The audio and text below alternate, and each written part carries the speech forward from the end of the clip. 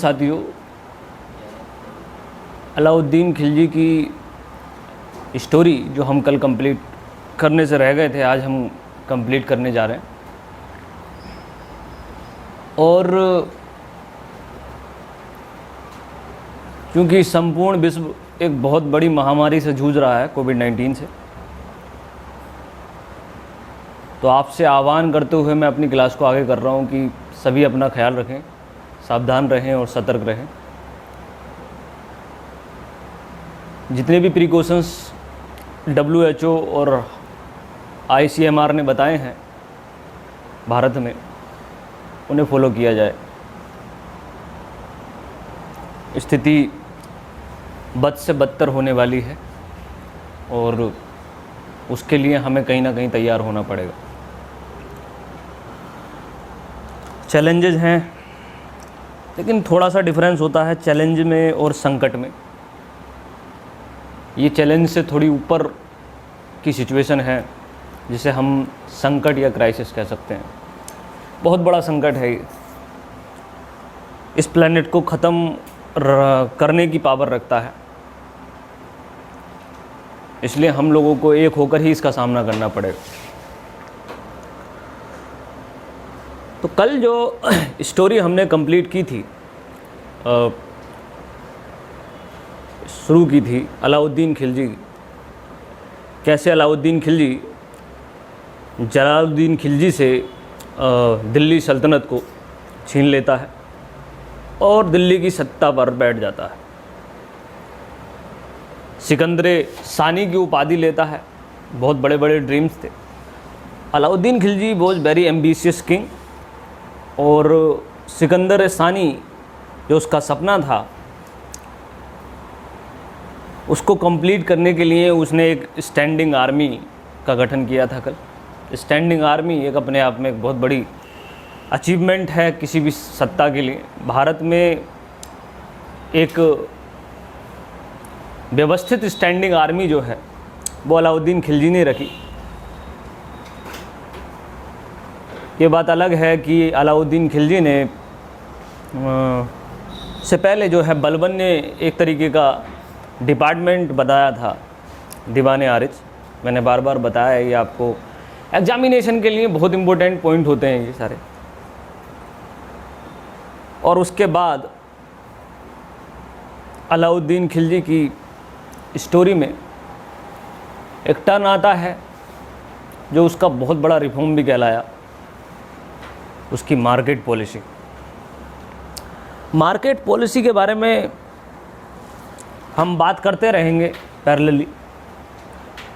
उसके important features मैंने आपको बताए कि मार्केट पॉलिसी में उसने जो कमोडिटीज़ होती हैं मार्केट में अवेलेबल, उसको 3 हिस्सों में बांट दिया, जो सबसे ज़्यादा ज़रूरी होती हैं, जो सबसे ज़्यादा डिमांडेबल होती हैं। उससे मार्केट ऊपर नीचे होता रहता है उसकी डिमांड एंड सप्लाई से। तो उन्हीं को जो है क्लासिफाइड किया और उन्हीं को आइडेंटिफाई करके एक व्यवस्थित तरीके से उसकी प्राइस को फिक्स कर दिया। और ताज्जुब जब हुआ जब ये जो फिक्स ऑफ द प्राइस है, ये अगले 30 साल तक, ठीक, नेक्स्ट 30 ईयर अलाउद्दीन खिलजी ने बरकरार रखा। 20 साल का उसका जो है पूरा का पूरा शासनकाल रहा, बहुत शानदार। और फिर क्योंकि जड़ें इतनी मजबूत थीं तो 10 साल तक वो मार्केट पॉलिसी चलती ही रही।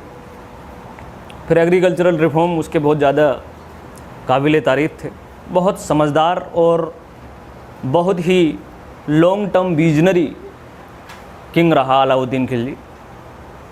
अब मैं आपको साउथ की पॉलिसी बता रहा था कल, जो मैंने बताया था कि जब भी हम हिस्ट्री पढ़ते हैं तो उसमें एक इंडियन सब कॉन्टिनेंट की हिस्ट्री में 3 अलग अलग सेगमेंट में हिस्ट्री पढ़ी जाती है।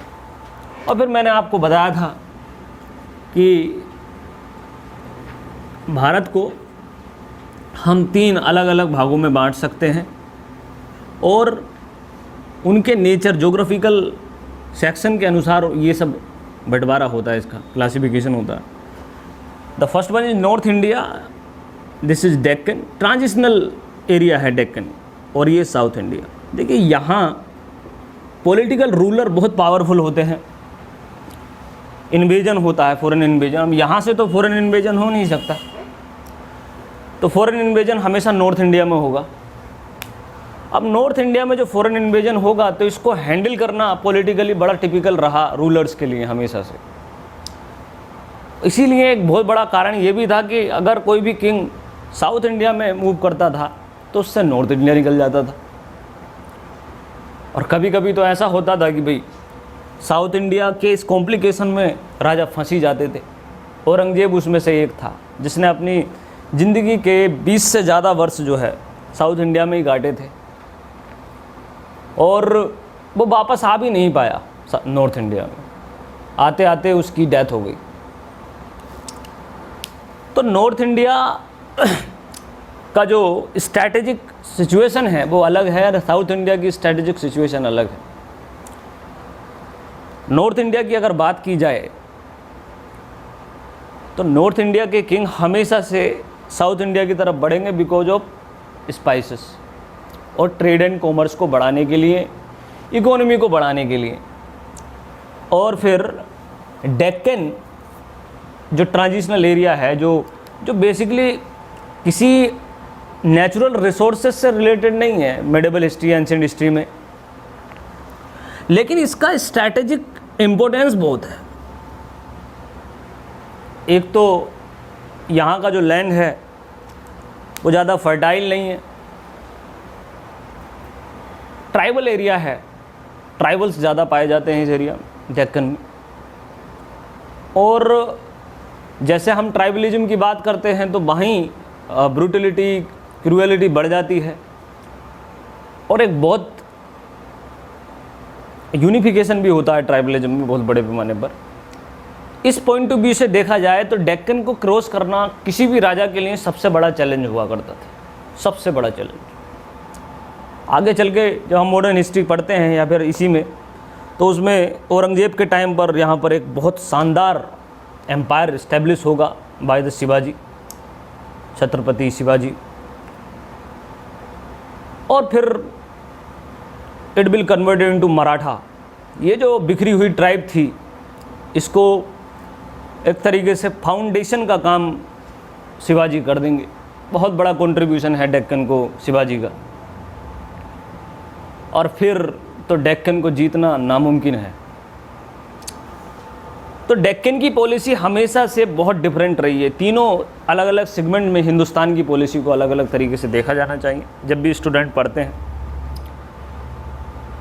अलाउद्दीन खिलजी को जब हम एक्सपेनिस्ट के तौर पर देखते हैं, जब हम उसके इम्पीरियलिज्म के तौर पर देखते हैं, तो ऐसा इम्पीरियलिज्म दुनिया के अंदर कहीं नहीं पाया गया। इसलिए मेंस एग्जामिनेशन में रिपीटेड क्वेश्चन ये पूछा जाता है कि अलाउद्दीन खिलजी एक अनोखा साम्राज्यवादी है, question mark. Alauddin Khilji is a unique imperialist. अब इसी चीज़ का आंसर आप समझ जाइएगा और इसकी पॉलिसीज को समझने की कोशिश कीजिएगा।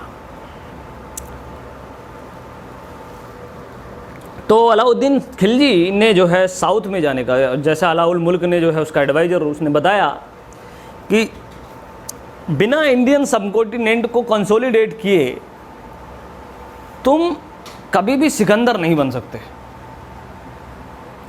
वो बात बिल्कुल ठीक है कि जब तुम अपने एरिया को कंसोलिडेट करोगे तभी तो आगे चल के बड़ा एरिया तुम्हारे अंडर में कंसोलिडेट होगा। बहुत बढ़िया बात थी ये, और ये बात समझ में भी आई अलाउद्दीन खिलजी के। बात बहुत अच्छे से समझ में आ जाती थी अलाउद्दीन खिलजी के, और कॉन्सेप्ट बिल्कुल क्लियर। तो उसने बोला कि जब तुम सिकंदर बनना चाहते हो तो पहले तुम्हें इंडियन सबकॉन्टिनेंट पर पकड़ बनानी होगी। तो इंडियन सबकॉन्टिनेंट पर साउथ की पॉलिसी को लगाना बहुत एक अपने आप में बात है। मैंने आपको बताया था कि फॉरेन इन्वेजन यहाँ से हो सकता है, फॉरेन इन्वेजन यहाँ से भी हो सकता है, लेकिन यहाँ के चांसेस बहुत कम है गुजरात के, ठीक है। तो नॉर्थ में रहने का एक इम्पोर्टेंट फैक्टर ये भी था, और अलाउद्दीन ने इस चीज़ को समझा भी। बोले कि अगर मैं साउथ में जाता हूँ तो नॉर्थ इंडिया पर मंगोल्स आक्रमण कर देंगे, कौन? मंगोल्स। मैंने आपको बताया कि दिल्ली सल्तनत में पैरेलली जो इन्वेजन होता रहेगा वो होगा मंगोल्स का। अब मंगोल्स को हैंडल करना अपने आप में बहुत बड़ी बात है, इसलिए जब भी हम दिल्ली सल्तनत पढ़ते हैं एक बहुत इम्पोर्टेंट फैक्टर मंगोलों का साथ में लेकर चलते हैं।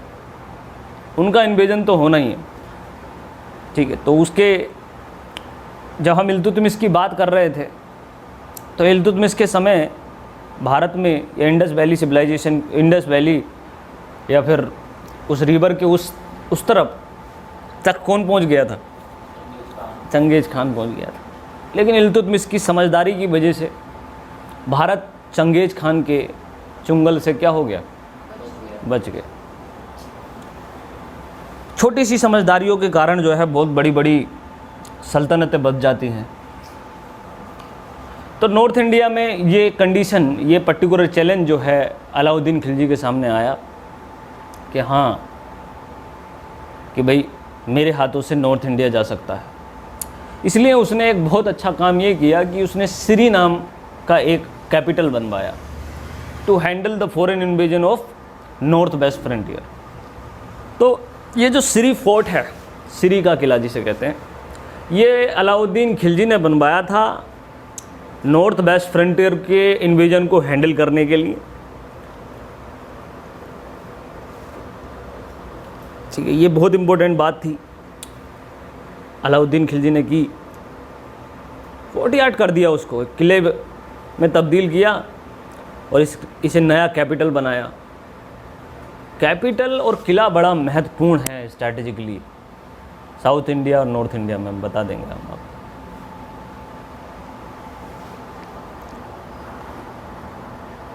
अब सिरी का जो है एस्टैब्लिशमेंट करने के बाद में अलाउद्दीन खिलजी साउथ की तरफ टर्न करता है। अब जब वो साउथ की तरफ टर्न करता है तो उसमें सबसे बेहतरीन किंगडम जो साउथ इंडिया का इस टाइम पर डेक्कन में उसे मिलता है शुरुआत में,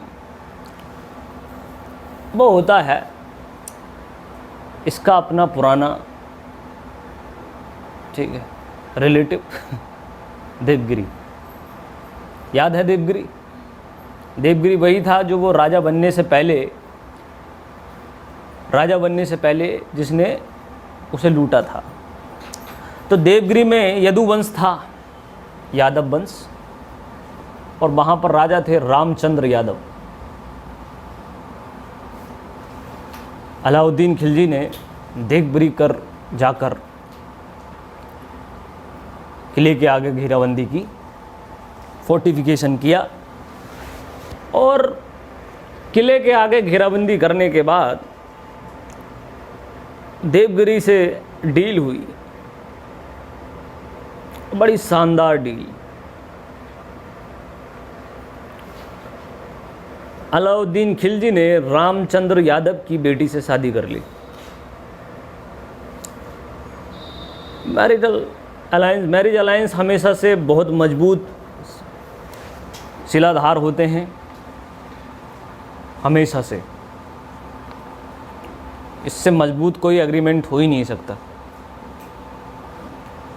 सबसे अल्टीमेट एग्रीमेंट है मैरिज अलायंस। और फिर दिल्ली को, वो रामचंद्र को दिल्ली में बुलाया, और दिल्ली में रामचंद्र को उपाधि थी अमीरों के अमीर। रामचंद्र को उपाधि अलाउद्दीन खिलजी ने दिया अमीरों के अमीर। 1 लाख टंका इनाम में दिया और नौसारी की जागीर दी। ये 3-4 चीज़ें अलाउद्दीन खिलजी ने कंपनसेशन के तौर पर रामचंद्र यादव को दी, और इस तरह से मैरिज अलायंस हुआ। फाइनली अलाउद्दीन ने रामचंद्र से दोस्ती कर ली, अच्छी खासी दोस्ती हुई, और फिर जो है साउथ का डंका बजा। अलाउद्दीन से दोस्ती करने के बाद में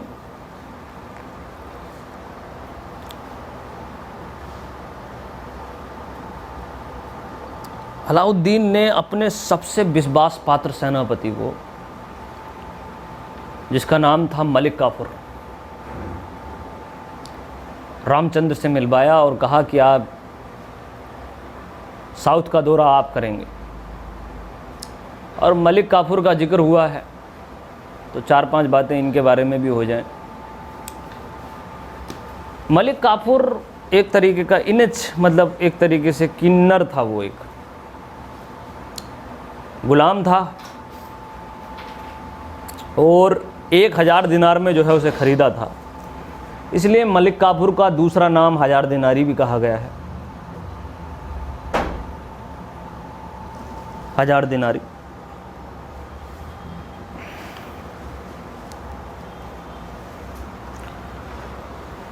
गुजरात से गुजरात जो जगह है वहाँ से ख़रीदा था मलिक काफूर को।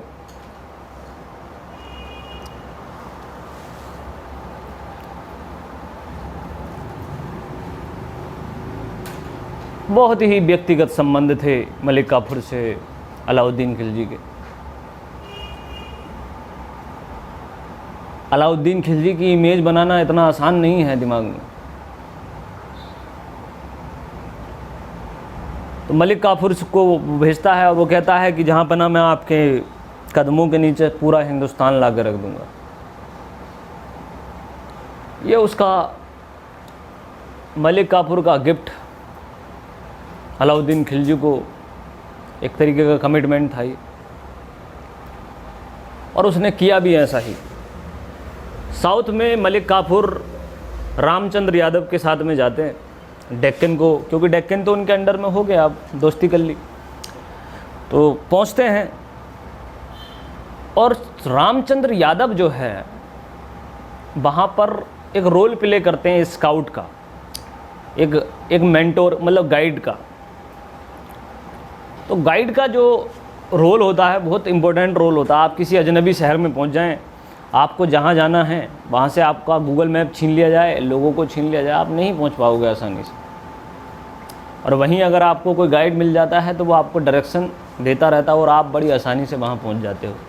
वहाँ की कमियाँ, वहाँ की खामियों को वहीं का व्यक्ति बहुत अच्छे से जानता है कि वो एरिया सेंसिटिव है, वहाँ मत जाना, वो एरिया काफ़ी ज़्यादा ओपन है, जा सकते हो। वैसा ही रोल जो है रामचंद्र यादव ने मलिक काफूर के लिए किया, और इस तरह से हिंदुस्तान का पहला राजा या साउथ इंडिया का दिल्ली सल्तनत का पहला राजा साउथ में एंट्री करता है। मलिक काफूर गया और मलिक काफूर से अलाउद्दीन खिलजी ने एक ही बात कही, और वो थी कि ज़्यादा ड्रामेबाजी मत करना,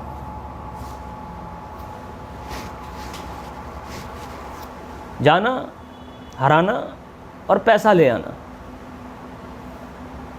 ठीक है। इस चीज़ को भी समझना बड़ा ज़रूरी था। तो इकोनॉमिक पर्पस से जो है मलिक काफूर को साउथ इंडिया के एक्सपीडिशन के लिए भेजा गया था, इकोनॉमी के पर्पस से। और हुआ भी यही। मलिक काफूर वारंगल पहुंचते हैं। साउथ इंडिया में एक जगह है आंध्र प्रदेश में वारंगल, वहाँ का राजा है प्रताप रुद्र।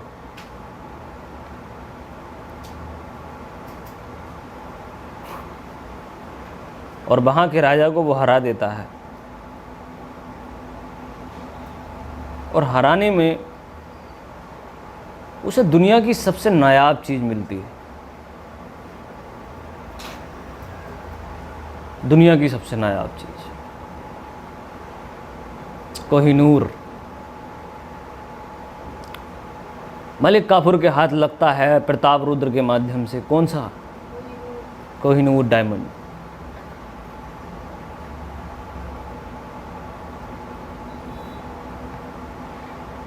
कोहिनूर के बारे में क्या कहा जाए, कोहिनूर तो कोहिनूर ही है। अब मलिक काफूर को भी अलाउद्दीन खिलजी को देने के लिए बहुत ही नायाब तोहफा मिल गया कोहिनूर का।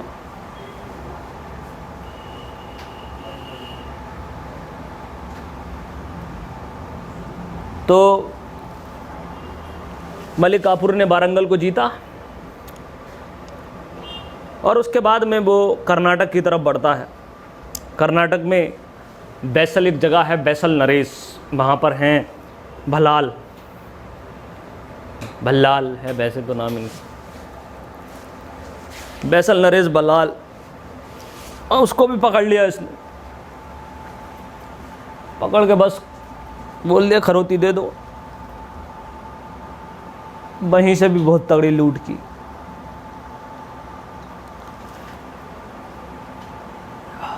बहुत शानदार सेनापति था मलिक काफूर। ऐसे लोग अगर तुम्हारे इर्द गिर्द हो जाएं और मिल जाएं तो आपको सिकंदर बनने से कोई नहीं रोक सकता।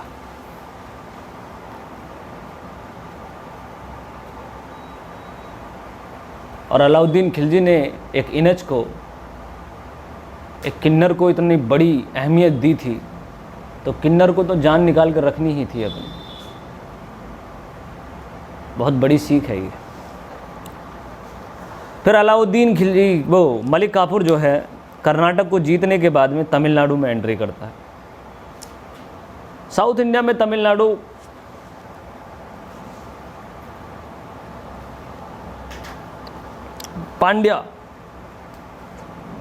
पांड्या डायनेस्टी है वहाँ पे, पांड्या। और पांड्या डायनेस्टी में दो भाई हैं,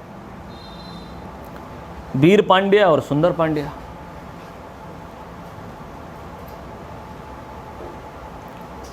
तो उसका जो भाई होता है वीर पांड्या, मलिक काफूर उसके पास जाता है। वो कहता देखो हम तो लूट के चले जाएंगे और तुम राजा बनने से रहे, तो चलो डील कर लेते, हम लूटेंगे फिर बाद में राजा तुम्हें बना लेंगे। तो वीर पांड्या और सुंदर पांड्या के बीच में लड़ाई करा दी मलिक काफूर ने, बहुत बढ़िया विवाद करवाया।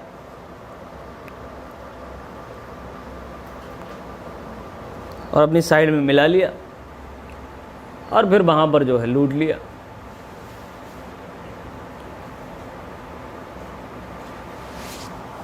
अब मलिक काफूर साउथ इंडिया में जो उसे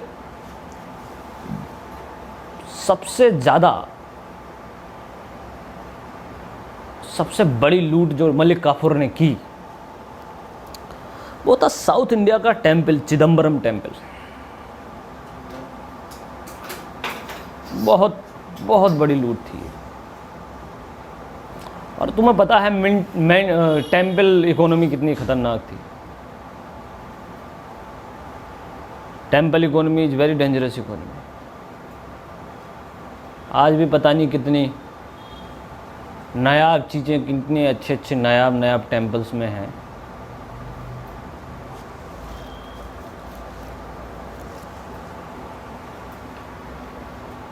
तो मलिक काफूर ने सच में सारा हिंदुस्तान उसके कदमों में ला कर रख दिया। अब क्या इंडियन ओशियन जितवाना था जीत लिया भारत, साउथ इंडिया।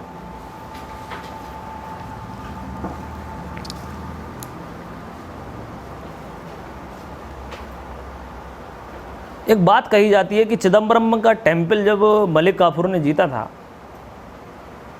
तो उसमें इतनी लूट हुई थी। तो एक बड़ी अच्छी बात लिखते हैं हिस्टोरियंस, कहते हैं कि उसकी इतनी बड़ी लूट देखकर जो कैंडिडेट था महमूद गजनी, याद होगा, महमूद गजनी की कब्र में आंखें खुल गईं, चमक उठी। ये बात जो है महमूद गजनी के लिए कही चिदम्बरम टेम्पल के लूटने के बाद, कि उसमें मलिक काफूर ने इतनी ज़्यादा लूट की कि महमूद गजनी की जो आंखें थीं वो कब्र में ही चमक उठी। ये एक तरीके की जो है कहावत है, एक तरीके का प्रोवर्ब है।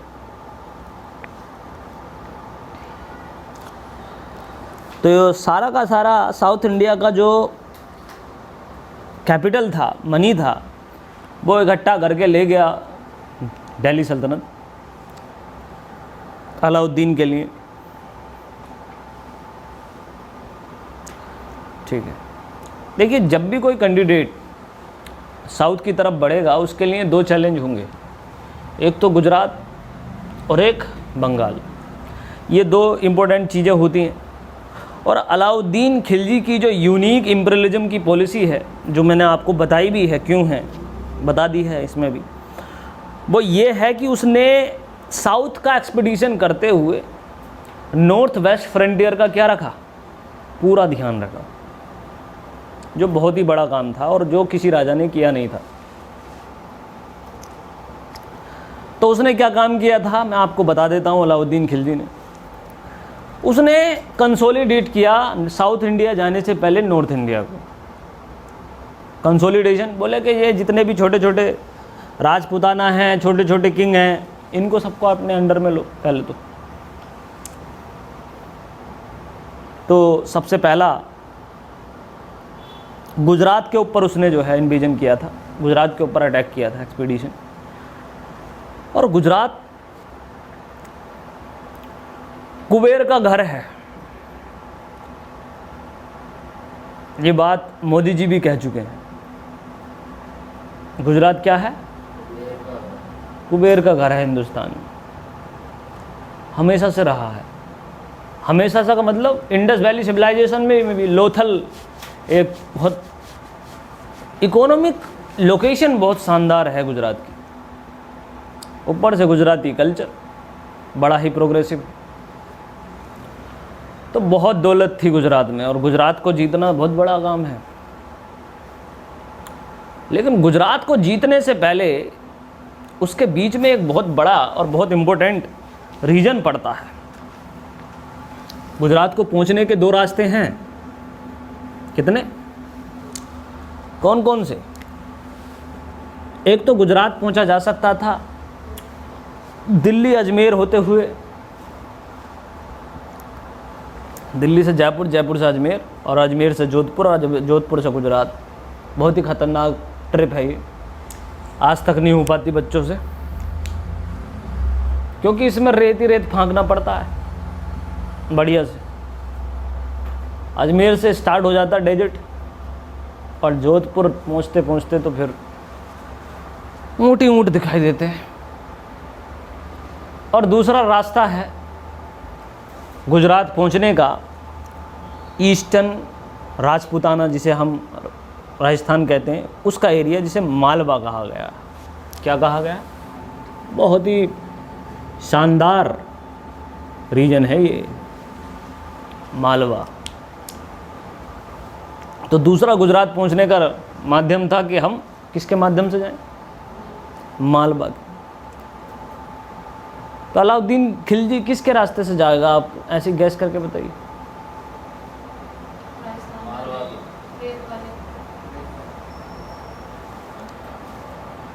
क्यों जाएगा, समझदार है वो मालवा का रास्ता चूज करता है। कौन सा? मालवा का। अब जब गुजरात को उसने लूटा बढ़िया से, मालवा होते हुए गया वो। अब जब लूटा तो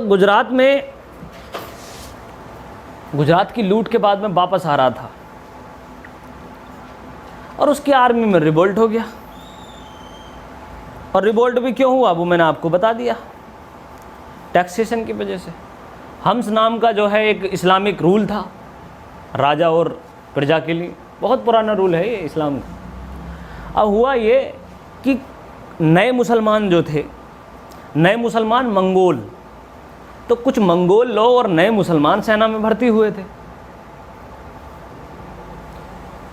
जो सेना में नए मुसलमान और मंगोल भर्ती हुए थे तो उनका डिमांड था कि हमारा जो अलाउद्दीन है वो हम्स का रूल अपनाए,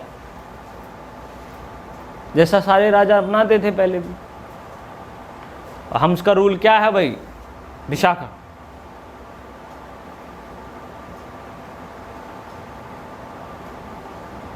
बोलिए।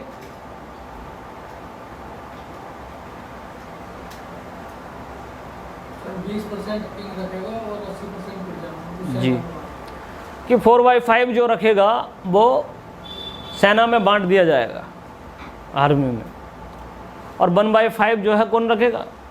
किंग।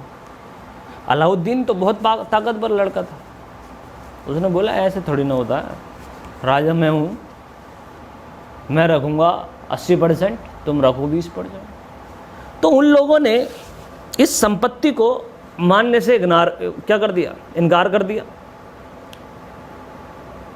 और जो इनकार कर दिया, बोले कि हम तुम्हारी सेना में शामिल नहीं होंगे बस।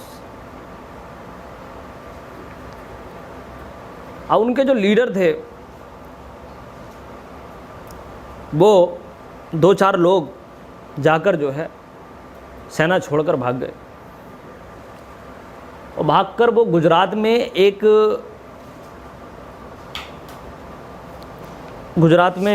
से निकल के राजपूत एक वो था, मालवा के पास में एक डायनेस्टी थी,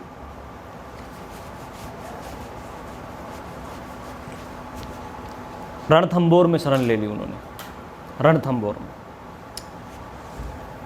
वहाँ से निकला और वो लोग रणथंबोर में जा पहुँचे। अब देखिए अलाउद्दीन खिलजी की क्या स्ट्रैटेजी थी कि उसने पहले तो गुजरात को जीता, किसको?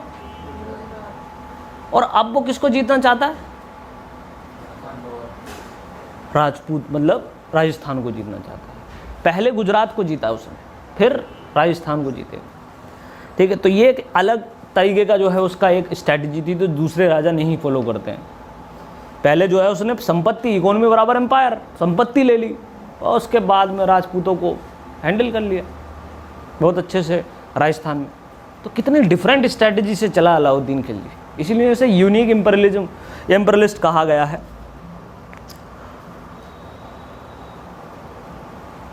तो यहाँ पर अलाउद्दीन खिलजी रणथंबोर में जाकर राजा नीरदेव नाम के जो है राजा हैं वहाँ पर, राणा राजा, ये है नाम पूरा, राजा राणा नीरदेव, और उन्होंने पत्र लिखा अलाउद्दीन खिलजी ने उसके सामने। बोले ऐसा है, मेरा कोई इंटेंशन जो है लड़ाई झगड़े का नहीं है तुमसे, मुझे बस वो जो मंगोल मुसलमान हैं जो मेरे सेनापति हैं उन दोनों को वापस दे दो।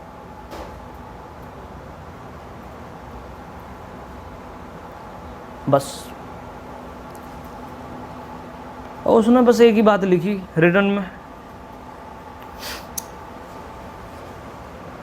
और वो बात ये लिखी कि रघुकुल रीत सदा चली आई, प्राण जाए पर वचन न जाए। बोले राजपूत हूँ साहब,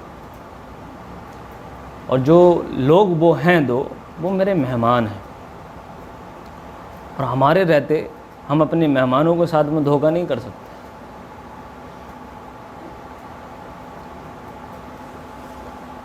मैंने बताया एथिकल लड़ाई राजपूत, और राजपूतों ने अपनी पहचान बनाई हिंदुस्तान के अंदर ही नहीं, पूरे वर्ल्ड में। बहुत ही वॉरियर किस्म की कौम है ये, और एथिकल लड़ाई लड़ी है। राजस्थान के इतिहास को आप उठा के देखो, अपने आप में एक बहुत बड़ा इतिहास है। इसलिए हम तो ज़्यादा पढ़ते नहीं यूपीएससी का जो सेगमेंट है उसमें, लेकिन अपनी एक अलग पहचान है, एक अलग सेक्शन है राजपूतों का। और वो इथिकल इतने ज़्यादा थे, और हिंदुस्तान की ही यही ब्यूटी है। इसको गंगा जमुना क्या कहते हैं? कल्चर कहते हैं। अब हिंदुस्तान की कल्चर कैसे बोल रहा हूँ मैं, इस पर्टिकुलर इंसिडेंट बहुत बड़ा है ये, अभी बता रहा हूँ मैं इसके बारे में, कि 2 मुसलमान हैं, राजपूतों के मेहमान हैं, ठीक है, और उन्हें प्रिजर्व करने के लिए देखना तुम, कंट्रोल करने के लिए कितना बड़ा ड्रामा होगा, समझ रहे? तो वो जो राणा नीरदेव है वो उनसे बोल देता है भाई ये हमारे मेहमान हैं और हम इन्हें दे नहीं सकते। तो ये अलाउद्दीन खिलजी का कॉन्सेप्ट और भी क्लियर था। उन्होंने बोला कि भाई देखो नीचे वाली लाइन समझ में आ गई, प्राण जाए पर तो प्राण देने को तैयार हो जाओ आप, ठीक है। जब आप नहीं मान रहे हो तो प्राण देने को तैयार हो जाओ। और यहाँ इस युद्ध में अलाउद्दीन खिलजी ने और पूरे के पूरे इंटायर मुस्लिम्स और टर्क्स लोग जो थे, उन्होंने एक ऐसी चीज़ देखी जिसे देखकर वो दंग रह गए। बहुत ख़तरनाक चीज़।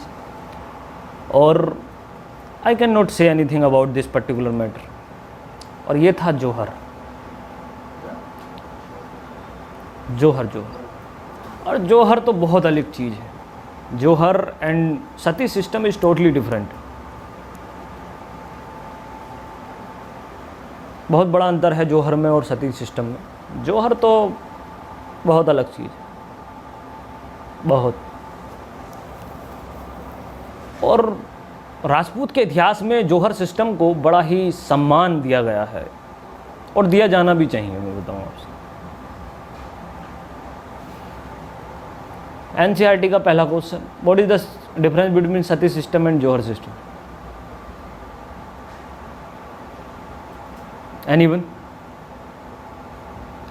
Anyone in the class?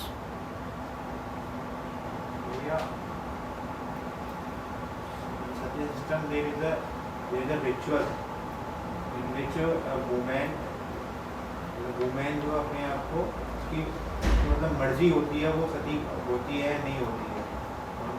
But in Johar system, ठीक है, अंदर Rajput mainly tradition in Rajput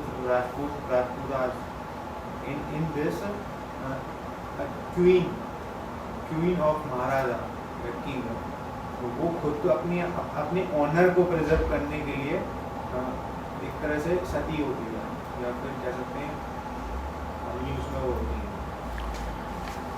देखो कुछ कुछ बता देते हैं, दोनों में डिफरेंस बहुत है, बहुत है। जौहर अपने सम्मान की जो है एक ज़बरदस्त रक्षा है। राजपूती परंपरा है, प्योर राजपूती परंपरा है। There is no any link and no any relation in other part of India and other part of any caste and creed.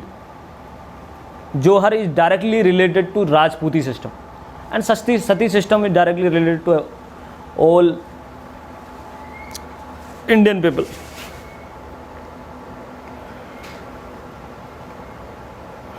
Aamir Khusro ने जो है इस प्रथा के बारे में लिखा। आमिर खुसरो उसके साथ था ना, तो वो तो भाई अल्टीमेट आदमी था, कवि था, स्कॉलर था, सूफी संत था। सूफी संत के प्रभाव में रहता था अमीर खुसरो। बहुत शानदार चीज़ें लिखी हैं अमीर खुसरो ने। तो अमीर खुसरो ने लिखा जौहर के बारे में बड़ा ही शानदार। बोले कि हम तो देखते रह गए सर कि चल क्या रहा था, हो क्या रहा था। दुनिया में ऐसी चीज़ नहीं देखी। और फिर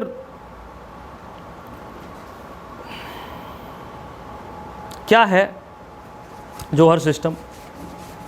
जब राजपूतों को ये लगता था कि वो जो है हार जाएंगे और उनका किला उनसे ले लिया जाएगा, उनकी जनता को स्लेव कर लिया जाएगा, ठीक है, तब जो है वहाँ की जो औरतें हैं, रानी नहीं, वहाँ की जितनी भी सैनिकों की जितनी भी औरतें हैं, राजा की रानी हैं, जितनी भी वुमेन्स हैं राजपूतों में, वो वुमेन्स अपनी इच्छा से, अपनी विलिंगली, अपनी इच्छा से सजती हैं, संवरती हैं, तैयार होती हैं, एक फेस्टिवल मनाती हैं। फेस्टिवल होता है जौहर। और बहुत बड़ी सी चिता सजाती हैं, अग्निकुंड, उसे भी सजाया जाता है। और बड़ी खुशी खुशी विलिंगली जो है वो अपने आप को क्या कर देती है? समर्पित कर देती हैं अग्नि को।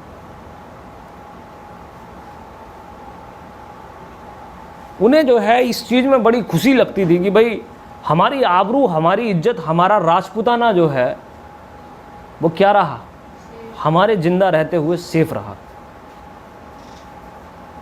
और इसलिए बड़ा विलिंगली होता था जौहर, और बहुत ही अल्टीमेट एक पवित्र रूप दिया है जौहर को राजपूत में, जौहर सिस्टम। इसलिए तो विवाद हुआ, वो मूवी थी कुछ महीनों पहले, साल पहले आई थी, विवाद भी इसीलिए हुआ, बहुत सेंसिटिव टॉपिक उठाया, बहुत सेंसिटिव। प्ले कर दी। तो बिलिंगली जो है जौहर अपनाया जाता था महिलाओं को राजपूतों के टाइम पर।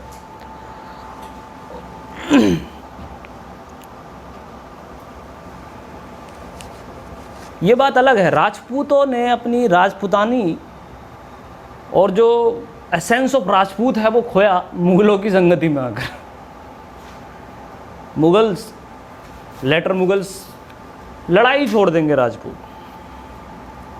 और एक बहुत बढ़िया बात अमीर खुसरो ने कही और लिखी भी है, जिस कौम से लड़ना और मरना आता है ना, उस कौम को हराना बड़ा मुश्किल है।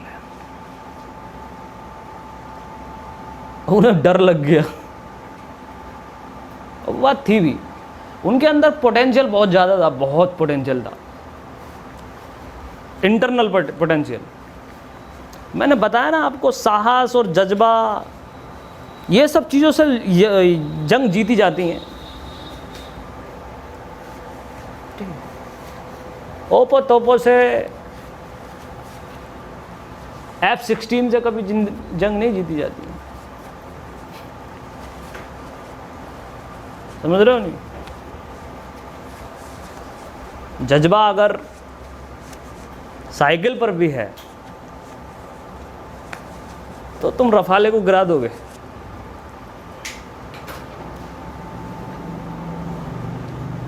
बहुत बड़ी चीज़ होती है जज्बा।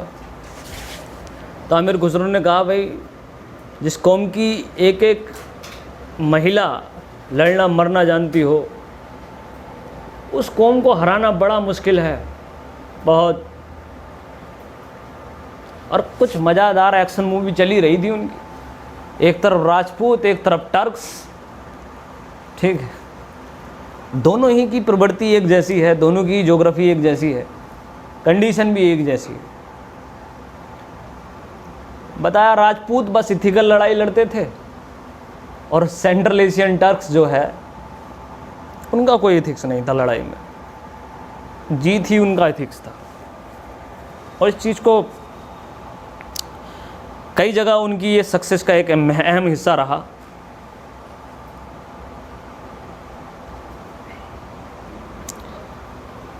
और राजपूताना या राजपूत या ये राजस्थान जो था, इसके जो राजपूत डायनेस्टीज़ हैं, उन्होंने बड़ा नाक में दम रखा हर एक डायनेस्टी के। ये पूरी की पूरी सत्ता जो रही दिल्ली सल्तनत से ले गए मुगल्स के बीच में, पूरा नाक में दर्द।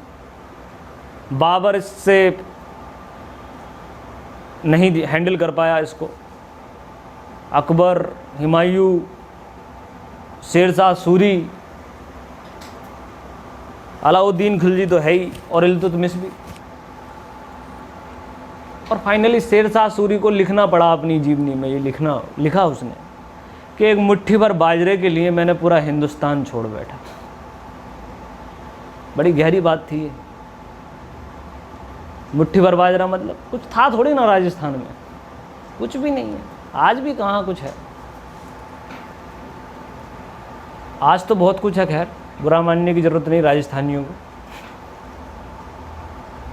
लेकिन मुट्ठी भर बाजरे के खातिर मैंने हिंदुस्तान का ताज गवा दिया, ये स्टेटमेंट था शेरशाह सूरी का। और वो मुट्ठी भर बाजरा क्या था? राजस्थान। इस चीज़ को ना अकबर ने समझ लिया था, इसलिए अकबर कामयाब भी हुआ, बहुत अच्छे से कामयाबी मिली अकबर को इस चीज़ में।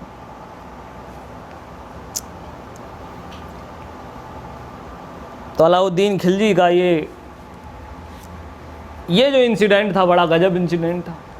हिंदुस्तान के इतिहास में बड़े परचम की तरह लिखा जाता है कि 2 मुसलमानों को बचाने के लिए 20,000 राजपूत शहीद हो गए।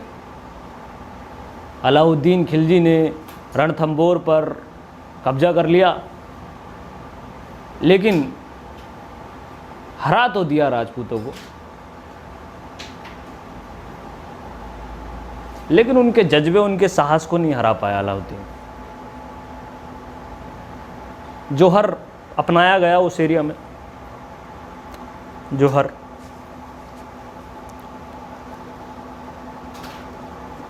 और ये लाइन कुछ है हिंदुस्तान के इतिहास में, यही है गंगा यमुना तहजीब, यही है यूनिटी इन डाइवर्सिटी, यही है हिंदुस्तानी कल्चर कि दो मुसलमानों के लिए 20,000 सैनिक राजपूतों के क्या हो गए, शहीद हो गए। ये है हिंदुस्तान। अलाउद्दीन खिलजी को भी मज़ा आया इस लड़ाई में, बोले यार बहुत ही शानदार युद्ध रहा, मज़ा आ गया। अमीर खुसरो को भी लिखने को मिल गया बहुत कुछ कि चलो जौहर पे ही लिख दे रहे हैं, बहुत टाइम से जो है अलाउद्दीन ही चल रहा था। जौहर मिला उन्हें, जौहर पता चला, देखा आंखों से जौहर क्या होता है। इतिहास की, क्योंकि मैं काफ़ी टाइम से इतिहास पढ़ा रहा हूँ और मुझे पता है, मैं बस यही कहूँगा कि इतिहास की कभी भी किसी भी चीज़ को जजमेंट नहीं किया जाना चाहिए, जज नहीं किया जाना चाहिए। इतिहास को जब भी आप पॉलिटिकली यूज करोगे तब इतिहास जो है अपने आप को धूमिल करेगा। इतिहास हमेशा पानी की तरह साफ होना चाहिए, न्यूट्रल होना चाहिए, तो जैसा है वो वैसा ही पेश किया जाना चाहिए। और हिंदुस्तान के सिनेमा के लिए बस यही बात है कि जब दम ना हो पढ़ने का तो ऐसे सिनेमा, ऐसी फिल्में नहीं बनानी चाहिए जो समाज के बड़े ही संवेदनशील हिस्से को क्या करती हूँ, बयां करती हूँ। खामोखां आप 600 करोड़ रुपए के चक्कर में, 400 करोड़ रुपए के चक्कर में हिंदुस्तान की गंगा जमुना तहजीब को चुनौती देते हैं। ये चीज़ शोभा नहीं देती। पैसे की धुंध में जो है इतना नहीं घूमना चाहिए कि अपने ही देश का इतिहास मैनिपुलेट करके जो है रखा जाए। और ऐसा बहुत बार देखा ही गया है।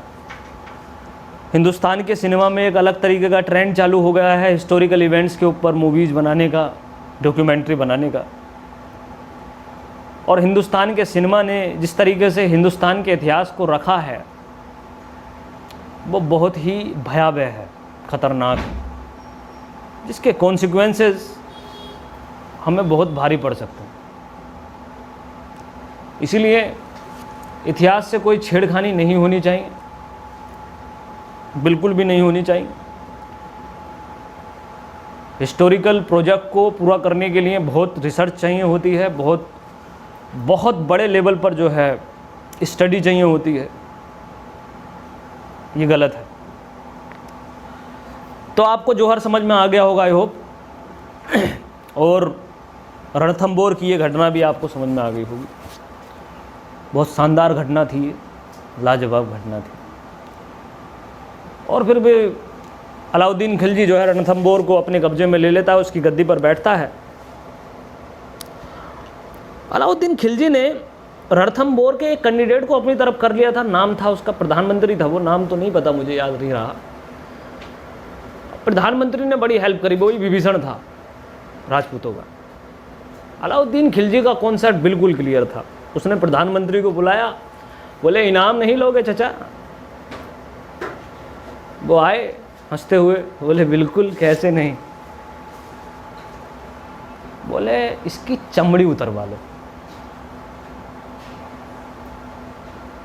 जो इंसान इतने महान राजा का सगा नहीं हो सकता तो मेरे जैसे राजा का क्या सगा होगा। That was the statement of Alauddin Khilji. बहुत ही सही काम किया, चचा की भी चमड़ी उतर गई। तो इस तरीके से रणथंबोर अलाउद्दीन खिलजी के अंडर में आया। और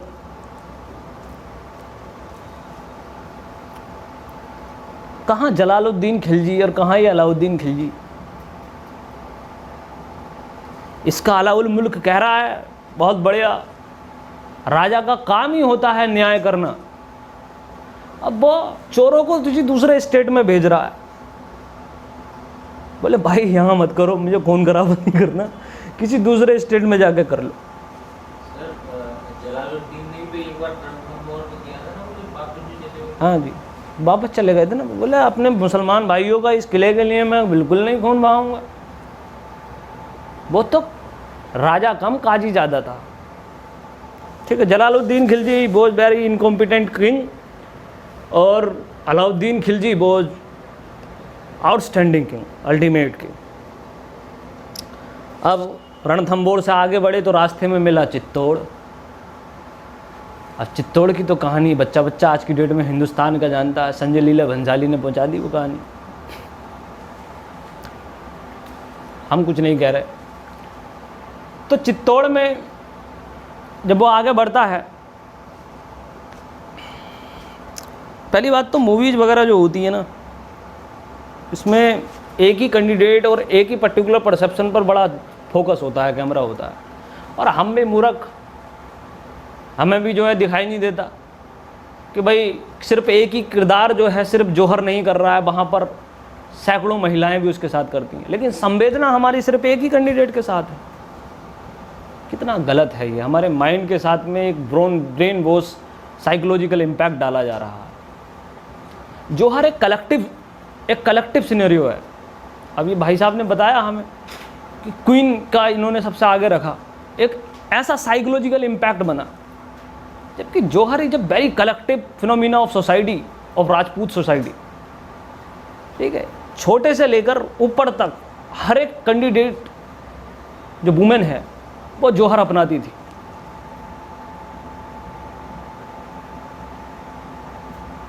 उस चीज को उसी तरह से पेश करना बड़ा मुश्किल होता है।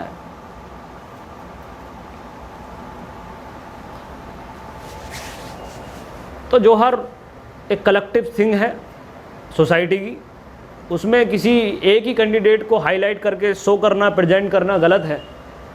उससे दूसरी जो महिलाएं हैं उनके साथ में एक तरीके से इनजस्टिस होता है। पद्मावत की कोई कहानी हिंदुस्तान की हिस्ट्री में अवेलेबल नहीं है, और इतिहास कभी भी जो है इतने उल जुमलों को मानता भी नहीं है। मैं बता दूं आपसे, मार्क्सवादी इतिहास है,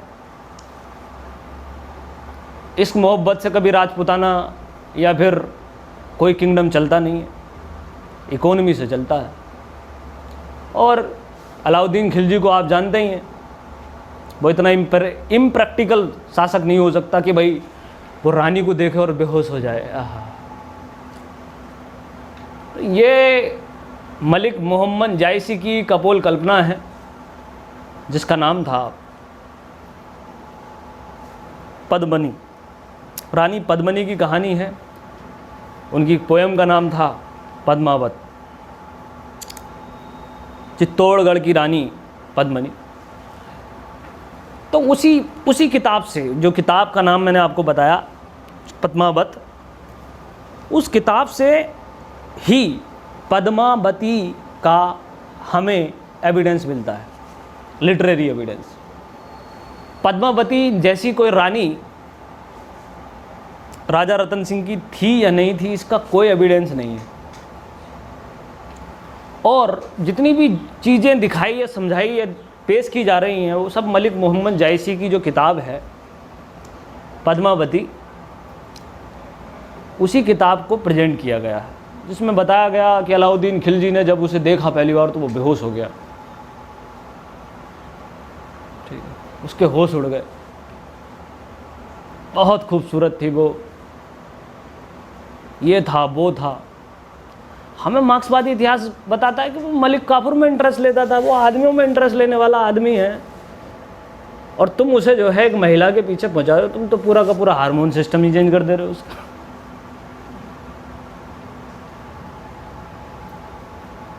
अब कोई व्यक्ति जिसको मलिक काफूर की बाहों में सारा का सारा जन्नत दिखाई देती है, उसने लिखा है भाई साहब, उसने लिखा है कि मुझे सुकून इस दुनिया में अगर कहीं मिलता है वो मलिक काफूर की बाहों में मिलता है। अब उस कैंडिडेट को तुम ये कह रहे हो कि वो पद्मावती को देख के बेहोश हो गया, और उसने चित्तौड़गढ़ का किला उस पद्मावती के नाम से जीता है, तो या तो तुम बहुत बड़े वाले बेवकूफ़ हो जिसे तुम्हें, और या फिर तुम हार्मोन सिस्टम को जानते ही नहीं। इंटरेस्ट नाम की भी चीज़ होती है, नहीं होती कुछ। भारत में तो तमाम सारी LGBTQ के राइट आज की डेट में जो है डिस्कस किए जा रहे हैं, समझना चाहिए।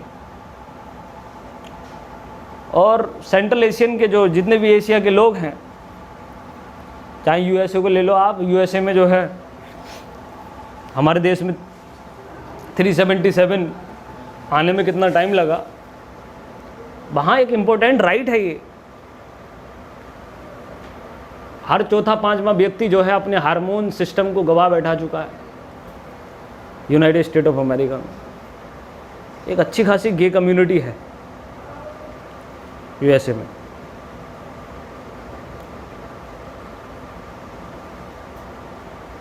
सोशल फैक्टर है ये और हार्मोन फैक्टर। इस चीज़ को साइंटिफिकली और लॉजिकली और रैशनली बेस देना बहुत ज़रूरी है अपने दिमाग को। कुछ चीज़ें हमारे दिमाग में ऐसे आती हैं हमारे सामने जैसे कि विस्फोट हो जाएगा हमारे दिमाग में। अब अलाउद्दीन की खिलजी की जब तस्वीर बनाने की कोशिश मैं बच्चों के सामने करता हूँ तो बच्चे पागल से हो जाते हैं, बोले पता नहीं कैसा था, अच्छा था बुरा था, ठीक है। लेकिन अलाउद्दीन को डाइजेस्ट करने के लिए बहुत ब्रॉड माइंड चाहिए, बहुत अरिस्टोक्रेटिक माइंड। तो पहली बात तो पद्मावती की जो कहानी मलिक मोहम्मद जायसी की थी वो मैंने 90% गलत बताई आपके सामने, और सिर्फ लिटरेरी एविडेंस है वो, किसी भी तरीके का और एविडेंस हमें पद्मावती का नहीं मिलता है।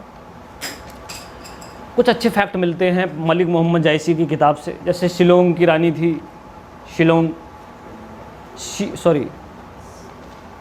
की रानी, शेलम श्रीलंका की रानी थी। कुछ इस तरीके के फैक्ट्स वगैरह हमें मिल जाते हैं, लेकिन फैक्ट्स को मैनिपुलेट नहीं करना चाहिए। तो चित्तौड़गढ़ का जो किला उसने जीता, जो जहाँ वहाँ पर राजा रतन सिंह थे, वहाँ पर भी बड़े पैमाने पर जौहर हुआ था, आपको बता दूं मैं।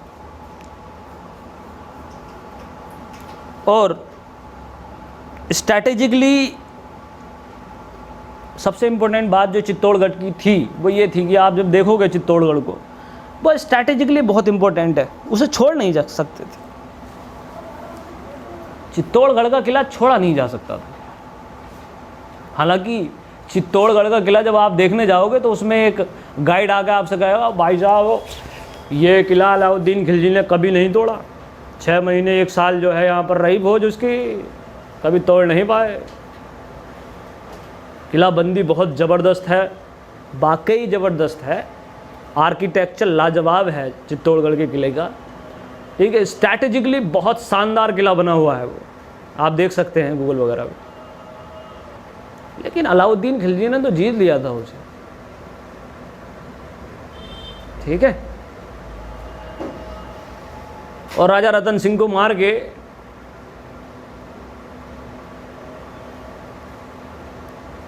राजस्थान को अपने कब्जे में ले लिया अलाउद्दीन खिलजी ने। अब देखो, इथिकल सिचुएशन होना अच्छी बात है हिस्टोरिकली, लेकिन प्रैक्टिकल होना उससे ज़्यादा ज़रूरी है। आपकी सिचुएशन, आपकी परिस्थिति किस चीज़ की डिमांड कर रही है, ये चीज़ समझना समझदारी है। ऐसा नहीं कि नियत्ते बार नहीं करेंगे, हमारे धड़ से सर अलग हो जाए फिर भी हमारा धड़ लड़ता रहेगा।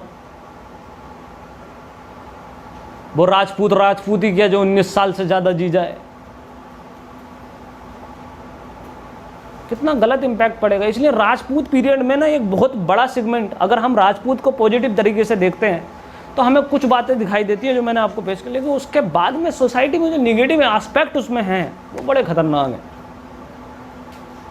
जब इतना ज़्यादा डोमिनेंस मसल्स पावर का रहेगा, जज्बे का रहेगा, जुनून का रहेगा, तो महिलाएं तो बिल्कुल नेगलेक्ट हो जाएंगी इसमें। यही कारण था कि राजपूत कल्चर में एक बहुत बड़े पैमाने पर ये तबका जो है नेगलेक्ट कर दिया जाता है, इग्नोर कर दिया जाता है। धन्यवाद। ठीक ठीक ठीक, समझ रहे हैं? लो ये पानी ले लो। इसलिए राजपूत पॉलिसी मैं बताऊंगा आपको, अकबर की राजपूत पॉलिसी। तो चित्तौड़गढ़ का किला जीत लिया गया है फाइनली। तो उसने टोटली नॉर्थ वेस्ट पर कब्जा कर लिया अलाउद्दीन खिलजी ने, और गुजरात पर कब्जा कर लिया, राजस्थान उसके अंडर में आ गया, नॉर्थ वेस्ट उसका हो गया। अब वो डेक्कन में किसे भेज देगा?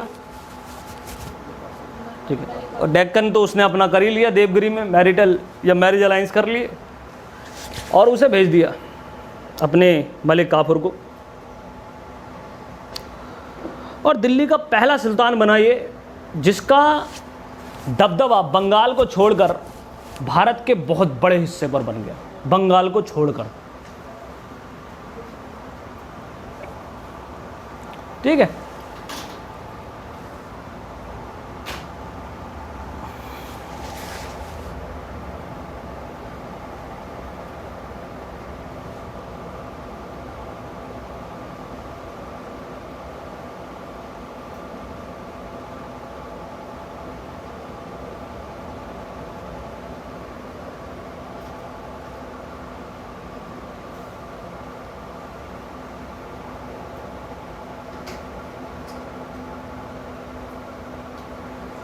ध्यान से समझिए। अलाउद्दीन खिलजी के जो मेन फीचर हैं, बहुत अच्छी अच्छी विशेषताएं उसकी पर्सनालिटी में थी। उसमें से एक पर्सनालिटी ना, एक बहुत इम्पोर्टेंट फीचर जो उसकी पर्सनालिटी का ये था कि वो ना चीज़ों को बहुत बहुत जल्दी बदल देता था। उसमें बहुत दम था। वो बैठा किंगडम में बैठा और लोग बाग आपस में चर्चा करने लगे। अनपढ़ आदमी है, जलालुद्दीन को मार के कम वक्त बैठ गया, बदमाश आदमी।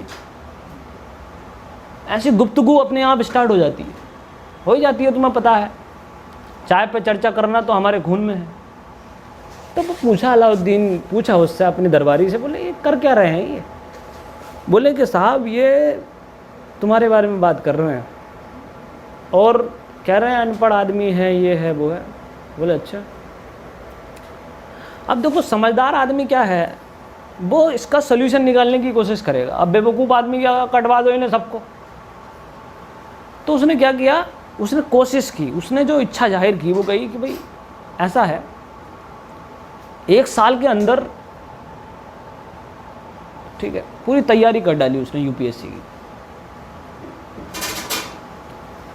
एक बहुत बढ़िया बात अमीर खुसरो लिखता है कि इच्छा होना एक अलग बात है और इच्छा शक्ति होना बहुत अलग बात है। इच्छा तो किसकी होती है? रिक्शे वाले तक की होती है, और उससे भी नीचे कोई तबका भी होगा ना, उसकी भी इच्छा होती है कि वो राजा बने। लेकिन इच्छा शक्ति किसी किसी में ही होती है। दुनिया की सबसे खतरनाक चीज़ है bill power. Bill power, bill नहीं, बिल तो हर किसी की है, हर किसी की है। किस लड़के का ख्वाब नहीं होगा कि कैटरीना कैफ आकर जो है उससे हाथ मिलाए? किस लड़की का ख्वाब नहीं होगा कि ऋतिक रोशन के साथ में वो कॉफ़ी पिए? विल है ये, क्या है? विल। लेकिन बिल पावर क्या है? उस इच्छा को पूरी करने की ताकत, हिम्मत। अलाउद्दीन खिलजी में बिल पावर थी। उसने कहा 1 साल के अंदर सारे ग्रंथ उठा कर ले आओ, और निकाल दिया। फिर सारी पढ़ाई कर डाली, सारे ग्रंथ पढ़ डाले उसने। इसे कहते हैं बिल पावर। यहाँ बैठे बिल पावर बनाए अपनी, पता नहीं कौन सी पावर लेकर बैठे, पता ही नहीं है कि हम्स का रूल किसे कहते हैं। ढक्कन बंद करके आए दिमाग का, बैठे और चल रहा कहानी। Bill power. अलाउद्दीन खिलजी के एडमिनिस्ट्रेशन की कुछ खास बातें मैं आपको बताने जा रहा हूँ। अलाउद्दीन खिलजी को एक एडमिनिस्ट्रेटिव रिफॉर्मर के रूप में जाना जाता है। अलाउद्दीन खिलजी को अच्छी मार्केट पॉलिसी बनाने के लिए जाना जाता है। उसके अपने अनोखे इंपीरियलिज्म के बारे में जो उसने किया, एक अनोखा, एक यूनिक इंपीरियलिज्म, उसके लिए जाना जाता है। उसके एग्रीकल्चरल रिफॉर्म्स के बारे में या के लिए जाना जाता है। मेजरमेंट,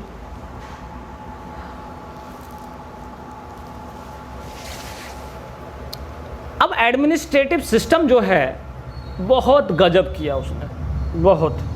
मैं एडमिनिस्ट्रेशन के बारे में बता दूं, बहुत क्वेश्चन पूछे जाते हैं। अलाउद्दीन खिलजी के एडमिनिस्ट्रेशन में खास बातें क्या थी। मैं एक शब्द यूज करूंगा जो दुनिया के अंदर आज तक इंडियन गवर्नमेंट ने भी यही यूज नहीं किया, जो सिर्फ इस लड़के के जो है राजपाट में होता है। एडमिनिस्ट्रेशन में एक बेहतरीन रूल लेकर आता है, वो बहुत बेहतरीन। उसका नाम होता है मैनेजेरियल कंट्रोल।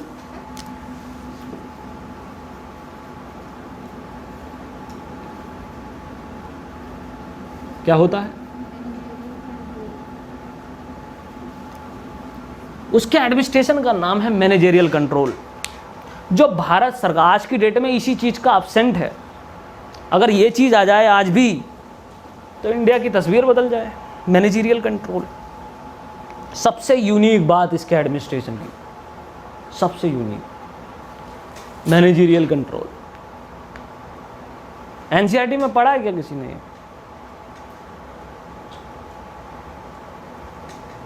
तो अलाउद्दीन खिलजी के एडमिनिस्ट्रेशन में ये बात थी। अब ये क्या है मैं आपको बता देता हूं।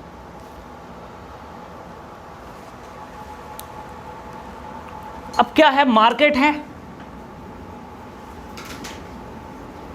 तो मार्केट है तो उसने मार्केट के लिए एक मार्केट पॉलिसी बनाई। क्या बनाई? एक नीति बनाई जिसे फॉलो करना है सबको। बहुत बढ़िया नीति बनाई। आपको पता ही है मार्केट पॉलिसी के लिए क्लासिफिकेशन किया था अभी मैंने। यहाँ पर आप अच्छा स्ट्रक्चर बनाना चाहते हैं बना लो, मुझे कोई ज़रूरत नहीं, ठीक है। 3 अलग अलग क्लासिफिकेशन कर दिए थे मार्केट के चीज़ों के। मार्केट पॉलिसी बनाना एक अलग बात है, उसको मेंटेन करना एक अलग बात है। नीतियाँ तो एक से एक अल्टीमेट बनाती है गवर्नमेंट, इम्प्लीमेंट भी तो करना है। तो इसलिए इसने मार्केट मिनिस्टर नाम का पद बनाया एक। कौन सा? Market minister.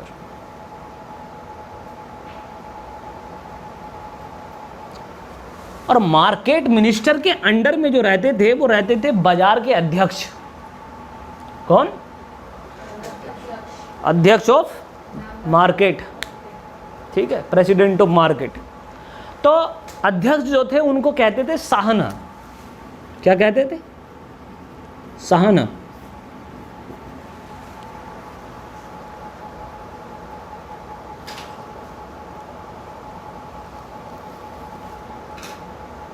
अब ये जो साहना है, इनके नीचे जो काम करने वाले लोग थे, अब साहना को या इस मार्केट पूरी सेक्शन पर नज़र रखने के लिए इसने जो है अपने स्पाइंग सिस्टम जनरेट किया, गुप्तचर विभाग, और उनका नाम रखा बरीद। क्या रखा? याद रखना, बरीद जो है वो इसका क्या है? स्पाइंग है, स्पाई है, गुप्तचर, सीक्रेट स्पाई, सूचना देने वाला बरीद। अब ध्यान से समझ जाइए, आप समझो करप्शन कैसे होता है मार्केट में, उसको टैकल करने का कितना बेहतरीन मैकेनिज्म बना। अब इसने ये फिनोमिना बना लिया, बोले आपकी मार्केट के अंदर मार्केट पॉलिसी बनाई है, उसको इम्प्लीमेंट आप कराएंगे, आप कराएंगे, और इसके लिए मैं किसे छोड़ रहा हूँ? बरीद नज़र रखा हुआ है आपके ऊपर। अब होगा क्या? ऐसी पूरी संभावना है समाज के अंदर कि कभी कभी कुछ बरीद क्या कर लेंगे? खरीद फरोख्त कर लेंगे। ऐसी पूरी संभावना है या नहीं है? तो इसने सिर्फ यही नहीं छोड़ दिया मामला, अब इसने बरीद के भी बरीद बना दिए, गुप्तचरों के भी गुप्तचर। सोच के देखिए आप क्या लेवल है इसके दिमाग का, ठीक है। उनको कहा गया मुनियाज। क्या कहा गया? मुनियाज। ये मुनिया जो हैं, मुनियाज, ये किस पर नज़र रखते थे? बरीद पर। अब बरीद तो भाई करप्शन कर नहीं सकता, एक बात बता दूं मैं आपसे। और मुनियाज पॉपुलेशन कम, संख्या बहुत कम मुनियाज की, और बहुत ही ट्रस्टेबल, अपने हाथों से चूज किया हुआ इंसान एकदम। बोले अगर गद्दारी तो कर ही नहीं सकता, हालांकि चाचा ऐसे थे, पापा ऐसे थे, परदादा ऐसे थे, ये भी नहीं। और फिर खैर खबर अलग, तो मुनियाज नियुक्त किए। और फिर मुनियाज पर भी नहीं रुका वो, बोले इनका भी ठीक है, इनके लिए मैं हूं। तो उसका एक शौक था, बड़ा शानदार शौक था गुप्तचर का।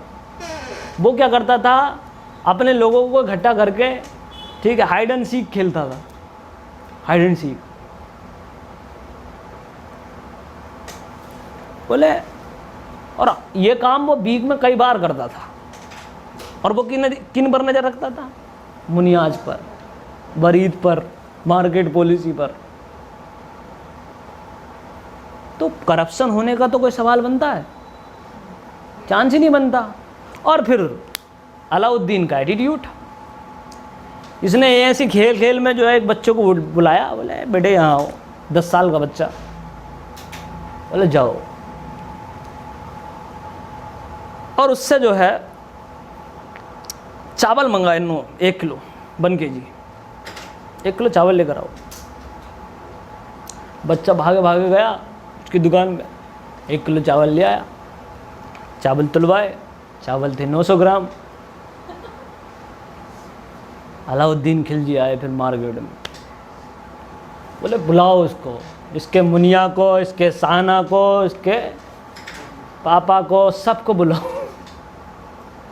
बीच चौराहे पर खड़ा करके चावलों को रखा गया तराजू में, और 100 ग्राम मांस उसके शरीर से काट के उस पर चढ़ाया गया, 100 ग्राम। बोले ये हुआ 1 किलो 1 kg। और कौन कौन 800 ग्राम, 100 ग्राम, 900 ग्राम बेच रहा है? उसके बाद से लोग बाग, कहा जाता है कि 1 किलो में 100 ग्राम बढ़ती बेचते थे, कि कम नहीं हो बल्कि क्या ज़्यादा हो। ऐसे हुई उसकी मार्केट पॉलिसी मजबूत, एडमिनिस्ट्रेशन, इसे कहते हैं एडमिनिस्ट्रेटिव रिफॉर्म सर। और लोगों को शर्म आनी चाहिए कि अलाउद्दीन खिलजी जैसे राजा को इतना बदनाम किया इस देश में। इतिहास माफ नहीं करेगा।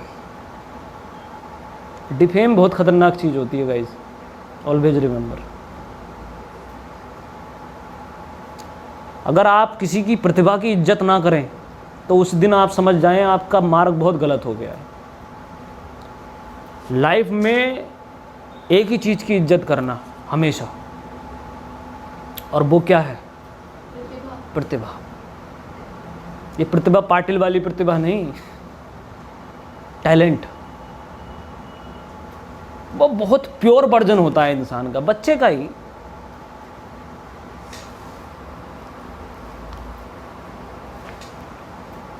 इज्जत करनी बहुत जरूरी है प्रतिभा की। ऐसे गाली गलौज मत करो।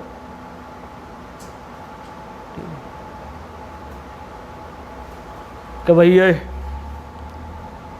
पहला प्रधानमंत्री तो कुछ बोलता ही नहीं था, ये था वो था, ठीक है, मौन धारण करके रहता था।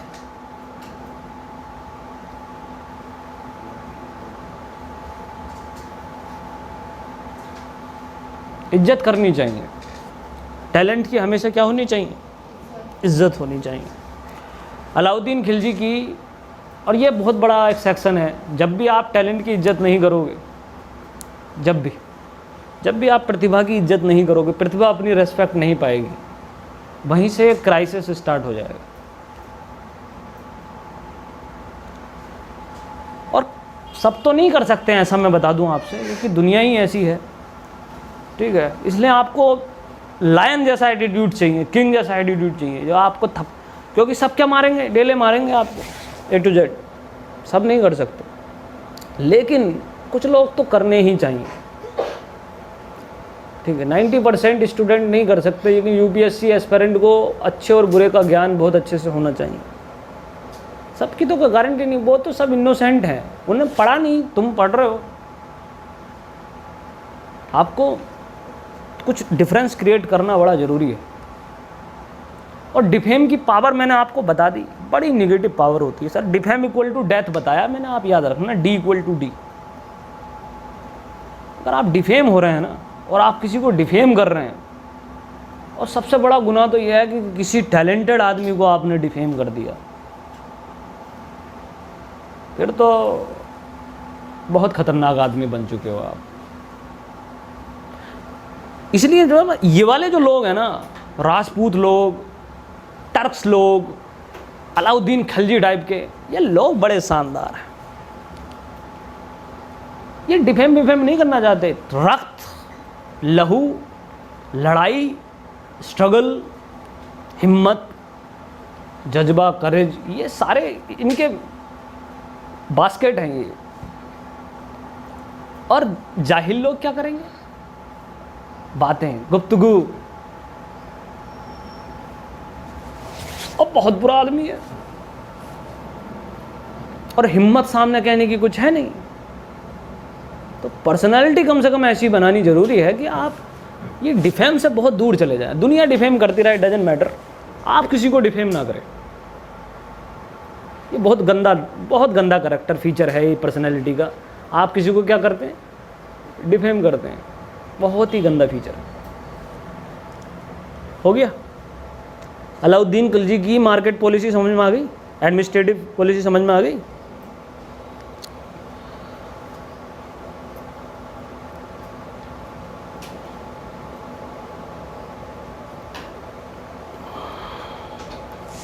यही है अलाउद्दीन खिलजी। उसके बाद में रिलीजियस पॉलिसी बनाने की कोशिश की अलाउद्दीन खिलजी ने। कौन सी पॉलिसी? रिलीजियस। बोले कि चलो रिलीजन पे भी बोल लेते हैं, बुलाओ फिर काजी साहब को। और काजी साहब को बुलाया गया, बोले बताइए पॉलिसी बनानी है। काजी साहब देखते रहे, बोले बताओ क्या करें, क्या करना है? बोले क्या बताएं? बोले इस्लाम को जानते हो? बोले हाँ जानते हैं। बहुत अच्छे से? बोले हाँ बहुत अच्छे से बोला जानते हैं। बहुत ही शानदार घटना है। तो बताओ फिर क्या किया जाए? इस्लाम के अनुसार मुझे कैसे अपनी एक रिलीजियस पॉलिसी बनानी चाहिए? बहुत सोचता रहा, क्योंकि अलाउद्दीन का रिकॉर्ड उसने देख रखा अच्छी खासी। और उठवा के मंगाया था काजी को, वो उठा के लाओ। काजी आए, उसने बोला how to behave non Muslims. बोले इतना भारी क्वेश्चन मत पूछो आप मुझसे, ठीक है।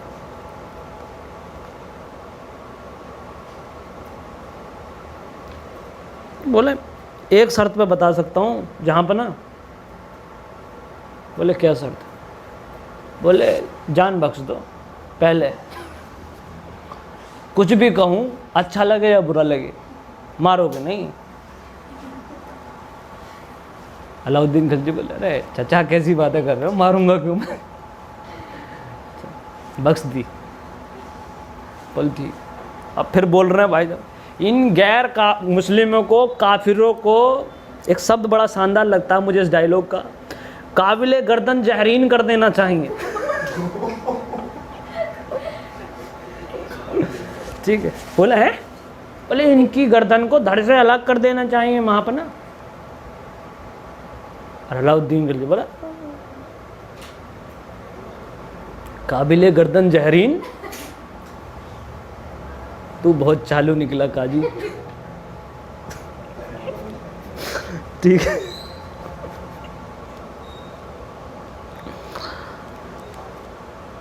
बोला इस पर इतने डंडे बजाओ।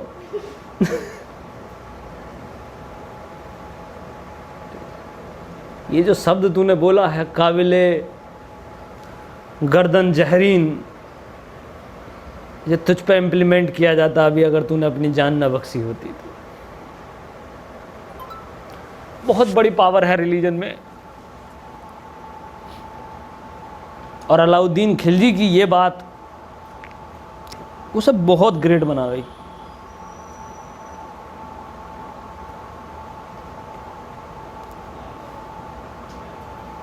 और उसने जाते ही उससे कहा, खड़े होकर एकदम हाथ फैलाते हुए, बड़ा शानदार बात कही उसने, जिसकी वजह से मैं उसका दीवाना हूं। और उसने कहा कि मुझे नहीं पता कि क़यामत के रोज़ क्या होगा, मुझे नहीं पता कि क़यामत के रोज़ क्या होगा, अल्लाह मेरे साथ क्या सलूक करेगा, मुझे जहन्नुम में भेजेगा, मुझे जन्नत में भेजेगा, मुझे मारेगा, क्या करेगा। आई डोंट नो अबाउट इट, लेकिन मैं वही करूँगा और वही करता हूँ जो मेरी प्रजा के लिए बहुत अच्छा होता है। ये उसकी लास्ट स्टेटमेंट भी थी और रिलीजियस पॉलिसी भी। यही है religious policy of Alauddin Khilji. बहुत शानदार लाइन बोली अलाउद्दीन खिलजी, जिसकी वजह से बड़ी इज्जत बढ़ी उसकी कैंडिडेट की मेरी। I don't know what Allah will do with me on the doomsday, doomsday क़यामत के रोज़, क़यामत के दिन, but I do only those things which are good for my people.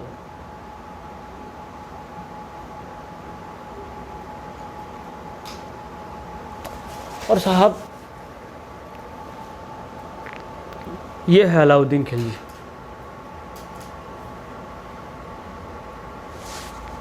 Hindustan में इतिहास को पढ़ा कम जाता है, समझा कम जाता है, सुना ज़्यादा जाता है।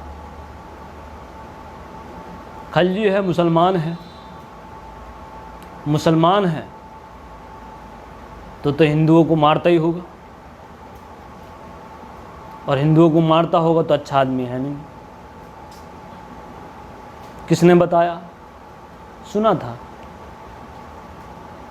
कभी पढ़ा?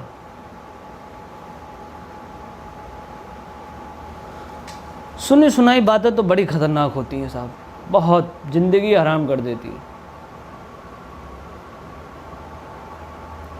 तो इस तरह से अलाउद्दीन खिलजी का ये सेक्शन बहुत कुछ आपको सिखाता है। और फिर अलाउद्दीन को एक सनक लगी, लास्ट सनक है उसकी। सन की तो थे ही वो, खैर पागल होते हैं प्रतिभाशाली लोग।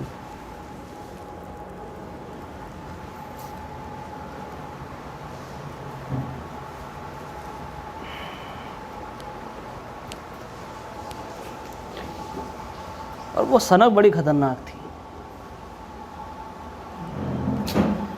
वो बोला, मोहम्मद साहब के 4 दोस्त थे, मेरे 4 दोस्त हैं, मैं एक धर्म बनाऊंगा। मैं क्या बनाऊंगा? धर्म। I will invent a new religion. इस्लाम की जितनी कुरीतियां हैं उनको ख़त्म करके एक नया रिलीजन बनाऊंगा मैं। ऐसे प्रयास अपने आप ही होंगे।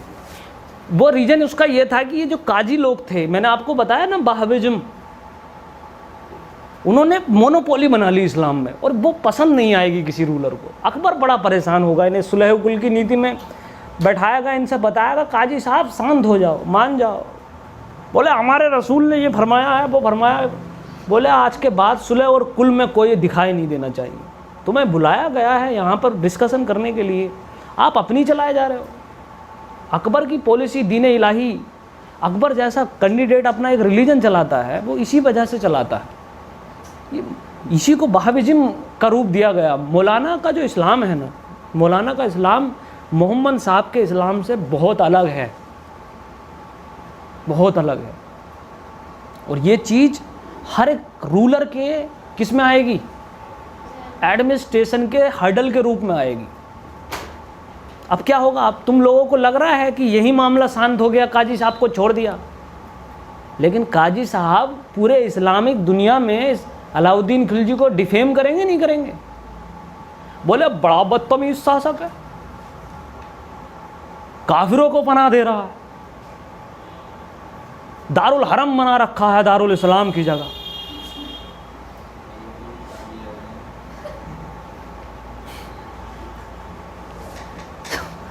समझ में आई बात?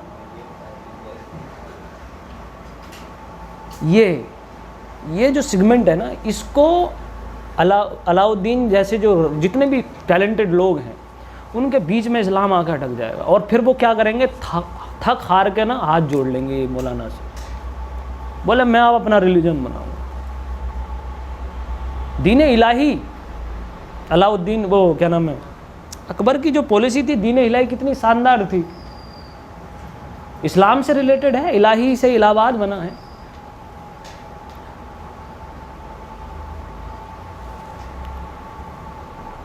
एक तो बड़ा गुनाह कर दिया इलाहाबाद का नाम प्रयागराज करके।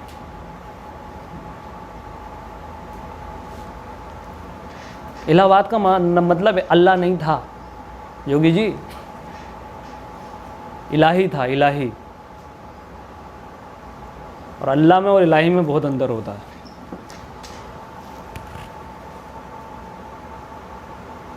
तो फिर अलाउद्दीन खिलजी, अब जब रिलीजन की बात आती है तो सबकी हालत ख़राब हो जाती है। दरबारी लोग फिर नाराज, बोले यार ये तो मामला बहुत गड़बड़ होने जा रहा है भाई, बहुत ज़्यादा। फिर उसने निजामुद्दीन औलिया से कॉन्टैक्ट किया। अब अमीर खुसरो बोजदा डिसिपल ऑफ निजामुद्दीन औलिया साहब दिल्ली में थे, और उनकी अपनी एक सत्ता थी, सूफी संत, अल्लाह से डायरेक्टली कॉन्टैक्ट, और बहुत ही पॉजिटिव हो रहा, बहुत ही लाजवाब पर्सनैलिटी, बहुत ही ज़्यादा जिसे कहते हैं सूफी संत, बहुत शानदार रहे हैं निजामुद्दीन औलिया, बहुत शानदार। और पूरी की पूरी दिल्ली दीवानी थी औलिया की। कहाँ जाती थी? उनकी दरगाह से पहले वो वहाँ जहाँ बैठते थे सुनने जाती थी। बड़ा अगर आपको किसी अच्छे इंसान की परख हो गई और उसे सुनना चालू कर दिया आपने, लत लग जाएगी आपको उसकी, आप उसे सुनना बहुत पसंद करेंगे। तो पूरा इंटायर दिल्ली किसको सुनता था? औलिया को। तो आमिर खुसरो से कहता है यार रिलीजन बनाना है, अपने गुरुजी से बात करो। बोले गुरुजी से? गुरुजी बहुत अलग है हमारे, ऐसे हाथ आएंगे नहीं। बोले चिट्ठी लिखो कि हिंदुस्तान के शहंशाह ने आपको बुलाया है। आमिर खुसरो चिट्ठी लेकर पहुंचे औलिया जी के पास। बोले हिंदुस्तान के शहंशाह ने? बोले मेरी नज़र में तो दो ही शहंशाह हैं बेटे, एक तो वो ऊपर है और दूसरा अपना शहंशाह मैं खुद हूँ, और तीसरा शहंशाह इस दुनिया में मेरे लिए कोई है नहीं, इंटायर वर्ल्ड।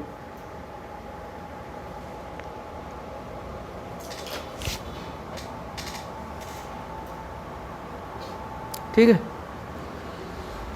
रिटर्न गिफ्ट भेज देते हैं वापस। लेटर लेकर फिर पहुंचता है अलाउद्दीन के सामने वो, और अलाउद्दीन के सामने जब पहुंचता है तो अलाउद्दीन कहता है यार अब क्या करेंगे बताओ, औलिया साहब हैं ये, इनसे तो हम मामला पंगा ले नहीं सकते। निजामुद्दीन औलिया का जो पकड़ थी ना बहुत ज़बरदस्त थी लोगों पर, और आमिर खुसरो ने एक ही आइडिया दिया था उन्हें कि निजामुद्दीन औलिया तुम्हारे हुए, ठीक है, रिलीजन तुम्हारा हुआ, लेकिन ऐसा आदमी किसी का नहीं होता, औलिया तो सबके थे। तो अलाउद्दीन खिलजी कहता कोई बात नहीं औलिया साहब, हम ही आ रहे हैं अब, समझ रहे हो। और कहते हैं कि ये मुलाकात कभी हो नहीं पाई।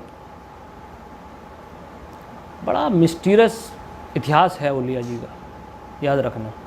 दो घटनाएं हैं जो क्वेश्चन मार्क छोड़ती हैं कि निजामुद्दीन औलिया से जैसे ही वो मिलने जाने वाला था उसे पैरालिसिस हो गया, और निजामुद्दीन औलिया के मिलने से पहले ही अलाउद्दीन खिलजी बिस्तर पर पहुंच गया।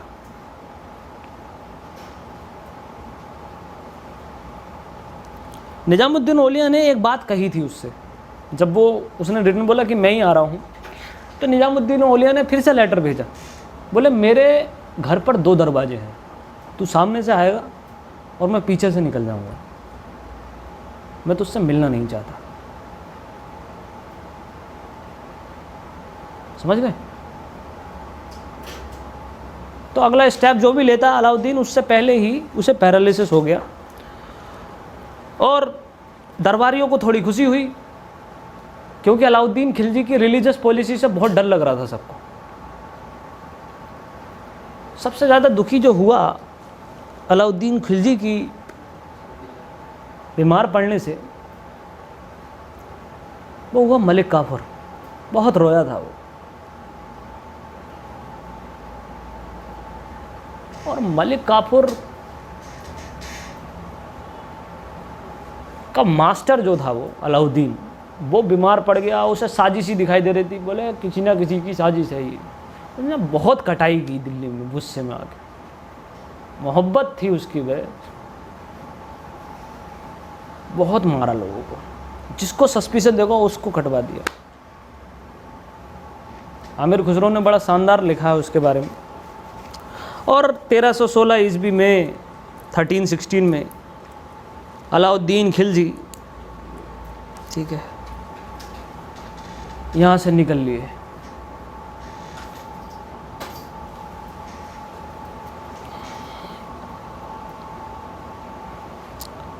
अलाउद्दीन खिलजी सूफी संतों की इज्जत करता था, याद रखना, सूफी संतों की। सूफीज़म बहुत अलग चीज़ है इस्लाम के अंदर, इसलिए औलिया के अगेंस्ट में उसने कोई बड़ा काम किया नहीं।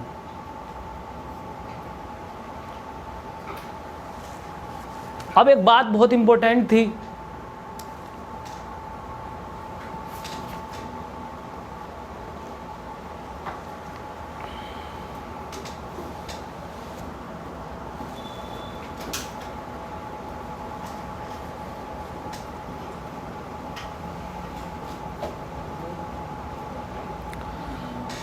मैंने एक बात बताई थी और ये बात कहनी बड़ी ज़रूरी है, क्योंकि इस्लाम के हम काफ़ी सेगमेंट में आगे पहुंच चुके हैं। मैंने बताया था कि इस्लाम में 3 तरीके के मुसलमान पाए जाते हैं, मुसलमान, मियाँ और तुर्क। तो मैं आपको मुसलमानों की लिस्ट बता देता हूँ, कुछ 2-4 मुसलमान आपको समझने हैं। दुनिया के अंदर जितने भी सूफी संत हैं वो मुसलमान हैं, सच्चे मुसलमान।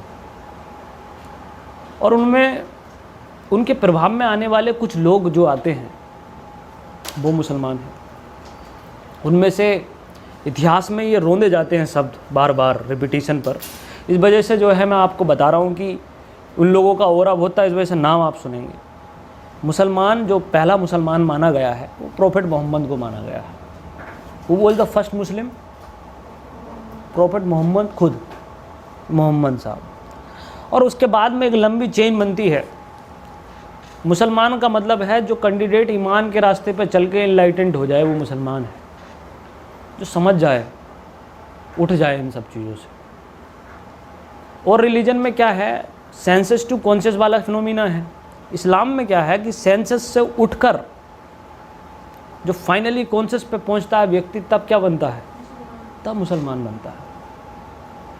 समझ रहे हैं? सूफी संत उनमें से एक होते हैं।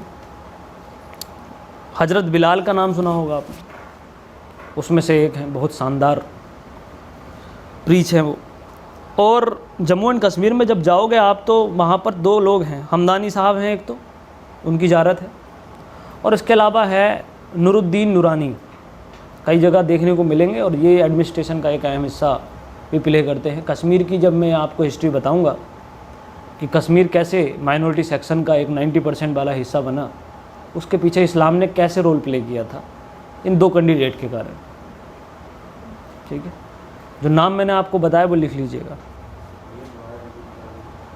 हजरत बिलाल, नूरुद्दीन नूरानी, हमदानी साहब।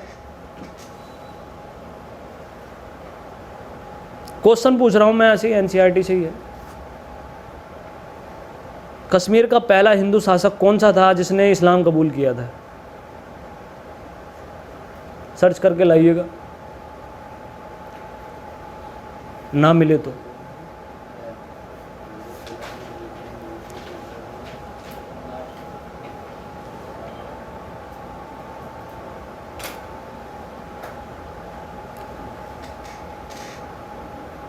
अकबर में बताऊंगा मैं डिटेल से इस बारे में।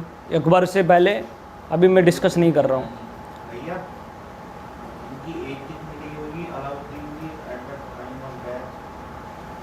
एज तो काफ़ी हो गई थी उसकी, लेकिन बूढ़ा नहीं हुआ था। भैया जैसे काफी बुक्स में ये भी है कि जो मलिक काफी ने मारा था। कहाँ पढ़ा तुमने? भाई वो तो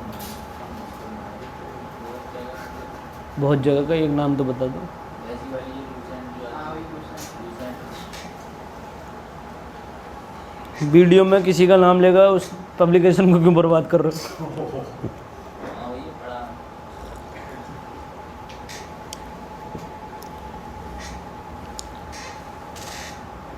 ऐसे लोगों की मौत नहीं होती भाई। अलाउद्दीन खिलजी कोई मर थोड़ी ना गया, जिंदा है। इसलिए इन लोगों की मौत इम्पोर्टेंट है ही नहीं, किसने मारा, क्यों मारा। भैया वो कामयाब अलाउल मुल्क तो इस टाइम पर आते हैं। कोतवाल बना दिए दिल्ली के, उनका भी तो परिवार है, अपने को ना देख। एरिस्टोक्रेसी में एक बड़ी इंपॉर्टेंट चीज होती है, जिंदगी जीते सब हैं लेकिन मजा ले लेकर।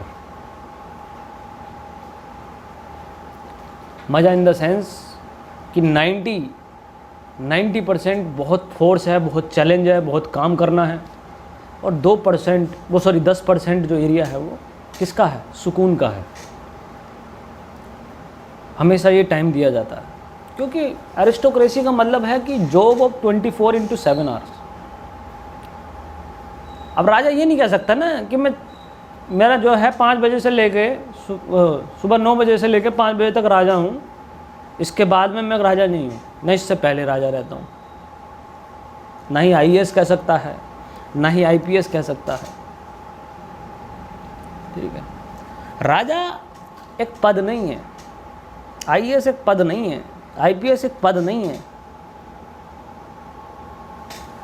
बल्कि जिंदगी है जो तुम्हें क्या करनी पड़ती है?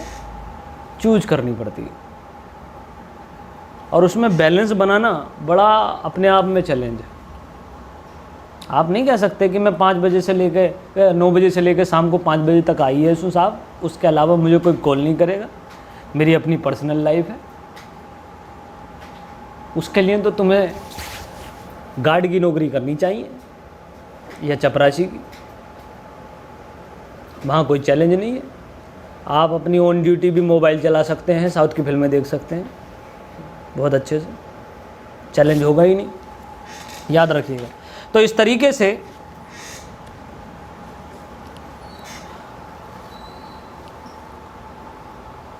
अलाउद्दीन खिलजी की मौत हो जाती है और अलाउद्दीन हैव कंप्लीटेड। इस्लाम में एक नाम है अल फिरदौस, जो शब्द है अल फिरदौस।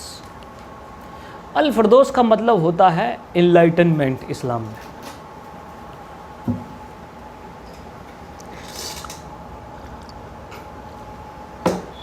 इनलाइटनमेंट, मुक्ति।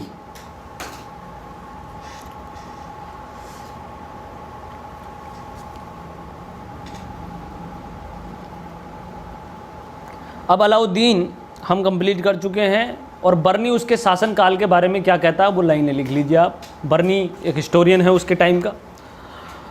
उसने लिखा कि अलाउद्दीन खिलजी का जो शासन था, रूल था, वो इस्लामिक पद्धति के अनुसार बिल्कुल नहीं था। पहली बात तो ये समझ जाइएगा, बल्कि हिंदुस्तान की पद्धति के अनुसार था।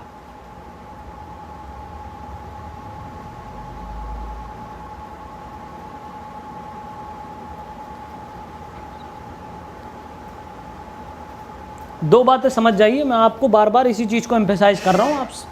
आप इस चीज़ को समझ जाना, समझाना है आपको।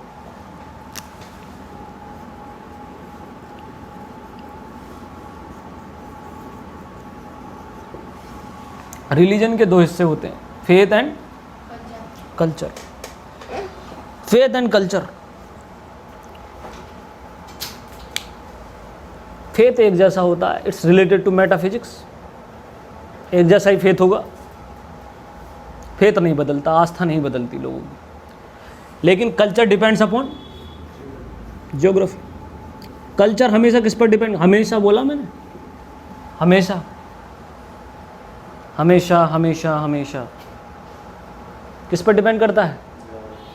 ज्योग्राफी पर। किस पर? ज्योग्राफी पर। कल्चर हमेशा ज्योग्राफी पर डिपेंड करेगा। बस इस्लाम में ये ड्रॉबैक है, इस्लाम में नहीं है ड्रॉबैक, ये वहाबिज्म में ड्रॉबैक है। वहाबिज्म चाहता है कि दुनिया वही कल्चर फॉलो करे जो सऊदी अरब का कल्चर है। जैसे मान लो मैं United state of America shift हो रहा हूँ, मान लो, हालांकि कोई मन नहीं है मेरा आप जाने का, तो यूएसए में जाके मेरा जो कल्चर हो जाएगा वो यूएसए का हो जाएगा।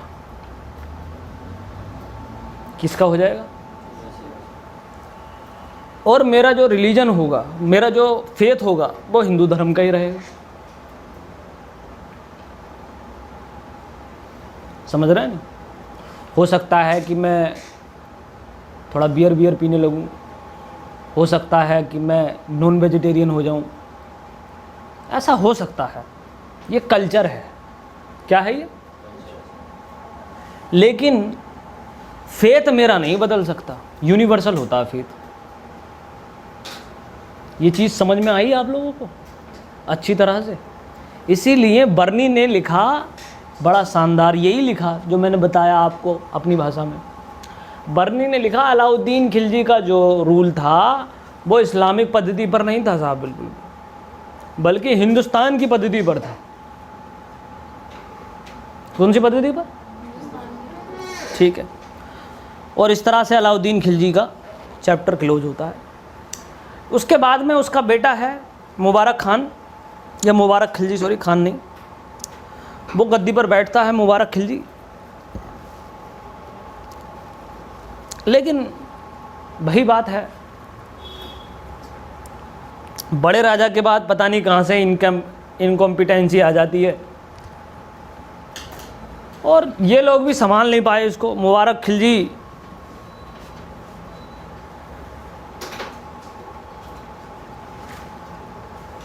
चीज़ों को संभालता तो है, कोशिश करता है, लेकिन संभाल सही से पा नहीं पाता वो पूरी तरीके से।